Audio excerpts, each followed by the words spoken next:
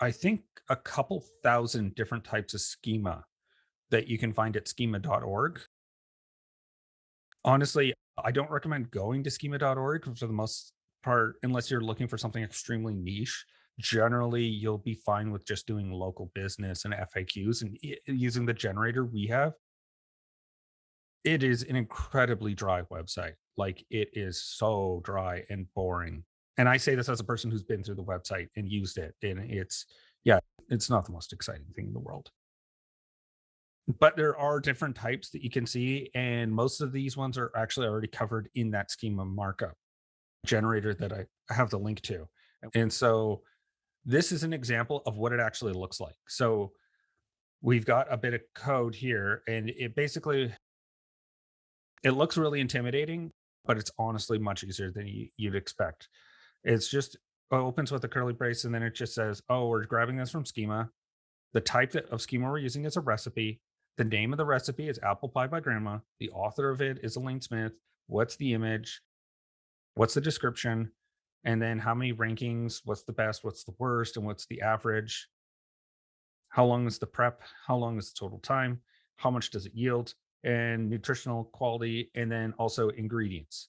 And the generator will generate all this for you. You just fill in little form fields and it will just auto generate the code. But what it results in is what you see here, because we'll see that we know it's a recipe. It's got this image. So that's going to be this image here. We got the name of the recipe.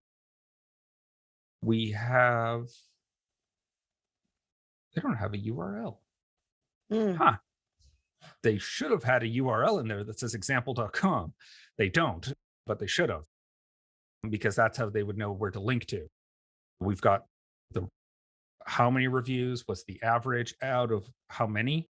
So we've got worst is 1, best is 5, so it's 1 to 5. We also have the total time it's going to take, and then how many calories. And so that's all done with the schema here, because Google's going to use that to then generate this into a carousel. The other example you will see is this knowledge panel here. So there's lots of cool bits of information that are getting pulled in from a variety of sources in this case. It's actually called the knowledge graph because it leads into many knowledge panels. Yeah. If I clicked on James Quincy, that would take me to another knowledge panel. So this is Yeah. Google's replacement for Wikipedia, just so you know. No, they crib hard from Wikipedia for a lot of this information, especially publicly traded companies or any sort of professional.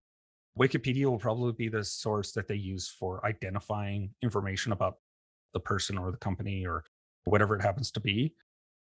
So you will meet SEOs that actually do Wikipedia page, like create Wikipedia pages and do all these. It's a lot of work, and probably more for SaaS SEOs, I think, than for us regulars. Yeah, it's definitely one that I've We seen stay away over. from a little bit. Yeah. The other thing that's interesting here, we got like their profiles, so different social media. It's got these little drop downs so you can see different who's a CFO, stuff, bits of information like that. Also, funny enough, this little carousel of news stories, that's just also generated by schema, right? We've got the image, who wrote it, the title of it with a link, and then when was it published. So this is all bits of information that's being fed to Google from schema. Yeah, so if you look across the top of the screen there where you see all news, images, videos, like the horizontal menu, maps, more, news is a really big thing, because if you can get in the news section, people are looking at that, and that's like constantly updated. There's different types of SEO. If I'm a news reporter and I'm reporting on sports games, that information has to be generated every sports game. Where if I'm like a lawyer and talking about, I don't know, old law stuff, that stuff's not going to be so changing rapidly. Like news stories change a lot. But the knowledge panel is something to utilize if you're, so we've worked with businesses that have both like the local business one and then the actual knowledge panel, like a Coca-Cola one. Yeah. So you're just, when you're doing schema on your website, you can affect what shows up, say, in a knowledge panel. Yeah. Yeah, they're definitely gonna be related in a lot of ways. And yeah, that's definitely something to kind of keep in mind. And this is also going to open up how you're going to look at when you're searching. That it's, oh, this isn't just like a bit of text. It's going to be a page style meta description. Like, where did they get in the image from? It's probably going to be schema, almost undoubtedly.